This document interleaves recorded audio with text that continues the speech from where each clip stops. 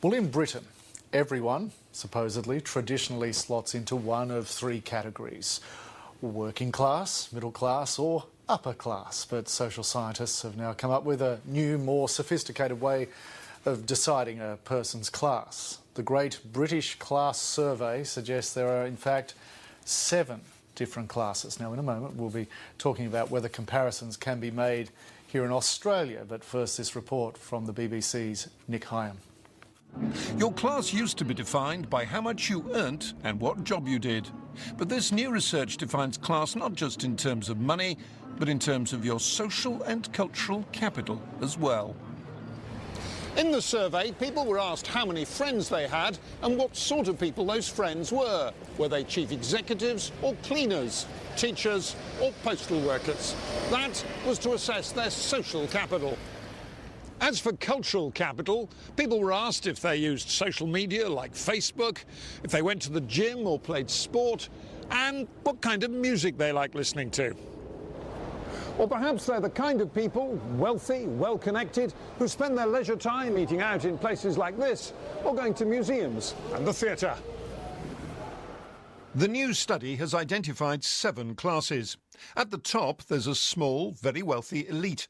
At the other extreme, there's a larger group dubbed the precariat, with very little money or social life or cultural life.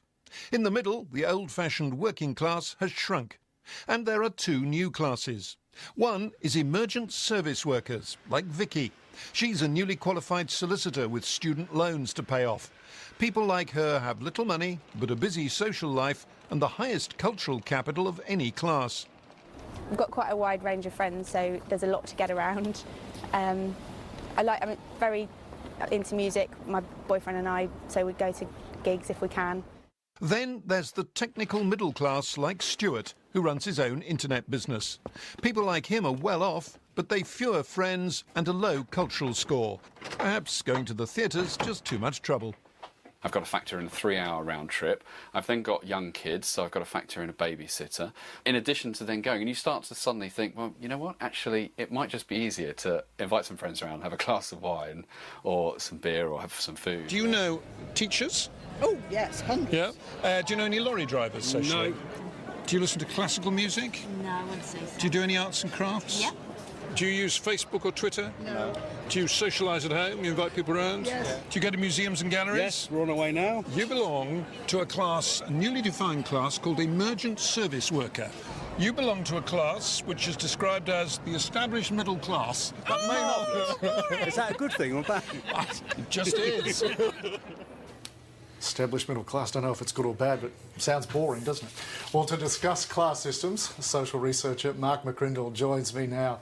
Mark, good to see you. Thanks, Scott. In a world where things seem to be changing so quickly, how do you even define class? It's hard, and it used to be more entrenched than it was. Certainly in the UK, it still is a bit entrenched, but certainly in Australia, there's far more mobility across those class systems, and income is no longer a key factor that defines it, because people can shift incomes quite quickly these days. Yeah, it's interesting, though, we're talking about the social and cultural capital. What does that mean? Yeah, exactly. So their interests, cultural pursuits, or how politically informed they are. And, again, in the UK, that's a little bit how it is. People have their old school ties, their old school connections, and that's what entrenches some of that class structure. I'm not sure about those precariats. That sounds like a sort of scary term for the others, but that's definitely a UK perspective, not so much what we find here. What do you make of that fact of they can find 7 layers now, 7 strata? Do you think that sounds too nuanced to describe a society? Well, it's bringing in some new angles. For example, the technology use and the access to social media. So it's not just those cultural pursuits of the past. It's how well they are in touch with the emerging trends. That's what's added some of those new and emerging classes. So here in Australia, many here like to think we are egalitarian, that there's no such thing as class as such, social class. What do you think? Well, it's certainly less clear. It's less evident. It's not on the surface as you'd see in the UK. I mean, you can pick class in the UK even by accent, which doesn't apply here, by the school you went to. In Australia, 40% of high school students go to private schools, so it's not that division anymore. It's not by geography. I mean, you move 10 kilometres from one suburb to an adjoining one and you're in a whole different area. In fact, the McMansions are being built in the western suburbs of Sydney and Melbourne And so we can't define it in those same geographical, income ways that we used to. If we can't define by those ways, are there measures by which you can say, yes, we definitely have class, and if so, how many layers would you say we have? Well, I think one of the defining factors is income, and that's where you've had income now decoupled from... Class used to be defined by education and then profession and therefore income, as if the three flow from each other. But that's not the case now. The three biggest industries by sector, average earnings in Australia, are mining and then construction and then utilities. So it's the blue-collar worker that's on the six-figure salaries, not just the elites, as they were once called. You do have a class structure in Australia, but it's probably more around cultural pursuits. The so-called latte drinkers in the inner suburbs of our cities are probably where it is, but again, it's not a strong income link at all. They might be more educated and go to the opera house, but that's about it. Mark, how much do Australians generally identify with belonging to a class, and how often do they get it right in how they see which class they belong to?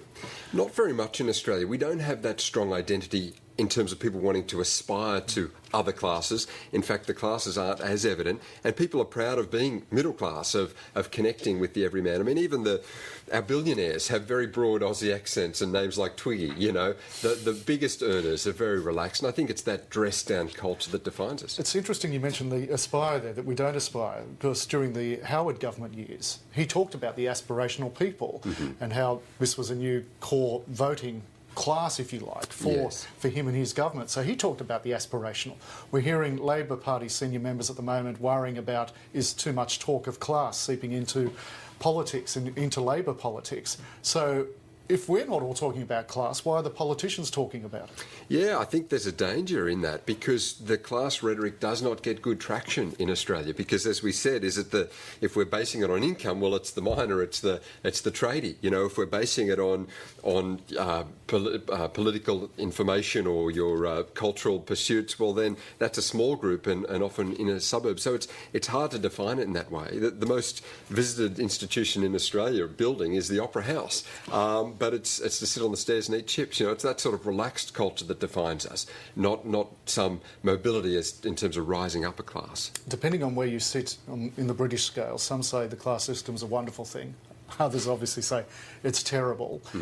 For Australian society and Australian culture and the way we are, is an idea of class, or developing an idea of class, a blessing or a curse? I think it's a blessing that we don't have this entrenched class system, and that people are, that they have that mobility across the classes, if we want to call it that increasing education at university is on the rise generationally, culturally, from an ethnicity perspective. Great diversity across the class system, and anyone can make it, a bit like the US in that sense. But if anything is emerging, there's this income differential, and there's now a five-fold differential between the top earners, top 1 in 5, and the bottom 1 in 5 households. So that's probably where it's emerging, but certainly not in those other areas. Mark, finally, one last question. If you were to ask one question in the Great Aussie Class Survey, what should that question be to define who we are and where we sit? Do you enjoy a pie and a beer, Because if you do, you're probably in the mainstream where everyone wants to be, and that's probably a place where the politicians want to connect as well. We would all say yes, so we are all one class. That's it. Mark McCrindle, thanks so much. Thanks, Scott. Great yarning with you.